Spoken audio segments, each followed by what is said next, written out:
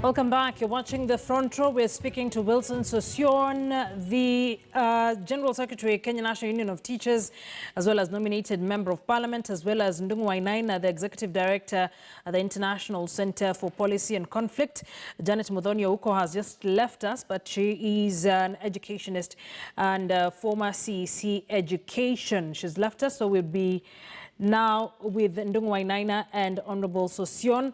We have just a few minutes left, and I'd like us to now pick the lessons, Ndungu. We've talked about what's wrong with this sector, what's wrong, where the loopholes are. So how do we fix it going forward? How do we plan around our education sector? I think I want to propose, to give proposals on how we can move this country forward. First, we need to correct a comprehensive data and evidence on the state of education in this country, so that we start to do the second recommendation, which is we need to set out what are the key identification and prioritizing the areas that we urgently need to invest in. That way, we need to have a very clear plan on how to finance all those priority areas that we need to put in place, and make sure that we have a very clear monitoring plan on how we are going to see to that. So what does that entail? First is that we need a comprehensive policy and plan on how to reshape and structure our education.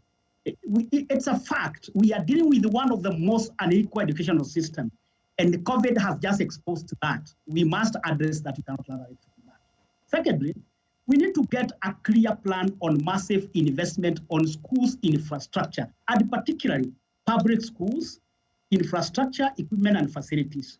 We must admit, since 1970s and 80s, and coming all the way, we have not been able to have public schools. And we need to have a drastic measures of addressing inequality in a student-teachers ratio, so that we have an appropriate way of addressing that. And related to that is, how do we guarantee standard quality assurance and standards in the kind of education we are offering, so that there is equity and equality in education? Then we need to invest in technology. COVID has taught us that technology is no longer something that we take for granted. We need to think, how do we put technology in our schools and how it becomes effective? And finally, education matter can no longer be left with national government.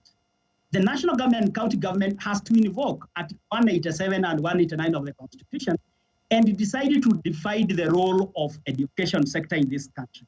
County government can take up the management and development of infrastructure in schools and see how best that can be handled at a local level. The Minister of Education and the TSC can be left with human resource management, financing, education policy, quality control, and things like that. That can be left at national level. But these are the things we got to deal with them at a local level. For me, this is the point. We got to deal with the problem at hand. This is the reality. Schools are going to open on Monday because government has declared it so. But does the government have prerequisite resources in school, both in meeting the health and safety measures, and two, financing the schools to be able to run? What is the government going to do to make sure that parents are offloaded, parents do not carry the burden because they are economically devastated? You cannot expect them to be able to meet the cost of running schools at the immediate, within the short time that we have. Thank you, Thank you. Thank you. Thank you for those submissions. Thank you very much. We don't have too much time. There's a lot of things that I'd like Honorable Sossion to react to, and most of it from Janet as well as yourself. But first, before you react to that, Mr. Sossion, I'd like you to answer a very pertinent question that I've seen a number of parents ask. So what then happens to these other classes? Are they likely to reopen this year? Will they reopen next year? How are we looking at this? Of course, as you respond to some of the allegations and questions raised on your end. Yes, thank you. I expect this discussion to be very progressive, but when we elect a trajectory to drive more confusion in a situation that we are trying to remedy, to recover 7 months that are lost, to save households and Kenyans from the tragedy of children repeating classes, to recourse the curriculum back to normalcy, it shall require a lot of sacrifices. And I think individuals like Janet Muthoni, whose positions keep changing for whatever reasons that they know best, it's not right. We were sitting in a COVID committee, with very intensive consultations with experts, with medical experts. And it was very clear right from June, when schools almost reopened, and there were proponents of people reopening schools, and I think Janet was one of them. You wanted schools to reopen in June. Now that the curve is flattened, we are in the month of October, and we have put in place a master plan for a recovery. And we are not guaranteeing anybody that there will be no outbreak or spike of this disease in schools, in localities. We are prepared for that. Now with these engagements and these negotiations and preparations, even if we wait up to February or March next year, we shall never be 100% prepared. But as of now, since the curve has flattened, teachers have been in schools for 1 week. The boards of management have been instructed, schools must reopen. And once the minister has pronounced himself, it is law. And anybody pronouncing otherwise is creating anarchy in schools, and we are not going to allow this. Teachers are in schools and they're preparing. I have not said teachers are procuring using their money. No. I have said capitation money for second term, which is 30%, should be released before Monday by government. Because 50% was released before schools were closed. That is a fact for sure. And procuring the various requirements like detergents, sanitizers, and thermoguns, and availing running water in school, that is the work of the schools, boards of management, working in liaison with the various agencies. And I have said, the pedagogy and the work, once schools resume, will be about taking care of their health. That is why not all of them are resuming. It is grade 4, is standard 8, and Form 4. That is not even 50% of the school, it's a fraction. And therefore, the politics of the parents are not ready, who is going to pay fees. Janet Muthoni is perpetually mad with fees payment and fee schedule in schools. And I don't think that this is fundamentally right. The public school children, you have talked about the 70% in public, they're not paying anything. It's being paid for by the government. The high school children number 70% of the population are the scholars. They're not paying anything. And so there should be no politics about this.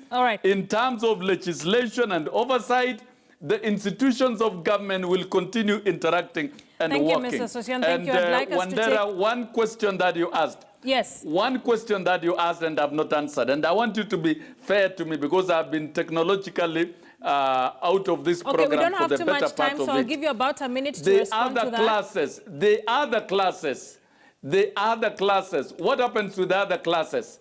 Our recommendation is that once schools run tests and check the systems in place with grade 4, class 8, and Form 4, the rest of the learners should be able to join almost immediately, so that the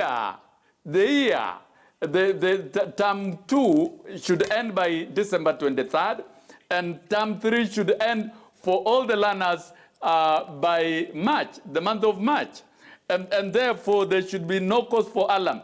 There is a master plan to recover the time lost, and by the end of 2021, the KCP candidates and KCSE candidates of 2021 will take exams at the end of 2021. Right. Thank you very much. So when schools resume in 2022, we shall have come back to normal. That is a master plan that has been properly negotiated and consulted widely within government. And we support it as a union. We'll see how that master plan works. I have given my commitment. Thank you, Mr. Sossion. Thank you very much. Teachers. Thank you, and that's how we'll wrap it up here. But before that, let's take a look at what a number of Kenyans are saying. Joining us on Slido, it's too sad that the education sector in Kenya is being ruined in front of such people and other educationists. Look at 100% transition. This has made the value of examinations to nothing. Look at the way CBC was hurried. Truly, what is going on with the education sector? Okita from Nakuru there. Wanaoni Michael says reopening of schools is a good decision. The problem is our CS never gave parents time to prepare for it. We have no school fees and fare to take children back to schools. Some private schools closed permanently, yet our CS is not addressing this issue. Let us be realistic, please. Another anonymous comment there. Has the government made adequate preparations for schools to be reopened? Preparation would mean employing more teachers, building more classrooms to ensure social distancing, putting enough taps for running water, and many other things required for protection against COVID-19. Again, Dan Okita from Nakuru. And then he asks, why can't those stakeholders speak in one voice? Kupet always contradicts Nat's opinions. What is really happening in the education sector? A lot of other comments on Twitter. I don't know whether we have enough time to take a look at what you're saying on Twitter. Let's take a look at some of your thoughts. Of course, we asked parents whether they will be taking their students in school. Let's take a look at what they say and some of the comments on how this is being run. Peter Mukunzi saying more private schools were closed and subdivided into plots. What next? He asks. And we also have Tomkin Baraza who says, does Sosion know the challenges of a common mwananchi, what the challenges a common mwananchi goes through? Where will parents get school fees and money for uniforms and masks? Nikevi says, as a parent, I'm ready. But my question is, has the Ministry of Education put the required mechanisms to make sure that all the schools in Kenya are set for reopening? Yona Mokoro Panyako says, the government itself is not ready. Schools don't have funds to run. Parents are in a fix getting money to pay school fees. The notice is too short. And let's take a look at a final comment as we wrap it up here. A lot of engagement today on this subject. Erastus Ocheng says, I do not support it anymore. When you look at the school calendar, it has been already destroyed by this man called Magoha. We should have waited until next year. And finally, Michael Onyango, what kind of nation is this? How can you give such a short notice regarding the opening of school without consulting the parents? Fee and fare and other basic things, how will all those be processed? Thank you for engaging with us here on Front Row. A lot of comments, I couldn't possibly read all of them. I'm Akisa Wandera. I'll see you on the next episode of the Front Row. Thank you for engaging with us. Let's continue with that conversation online.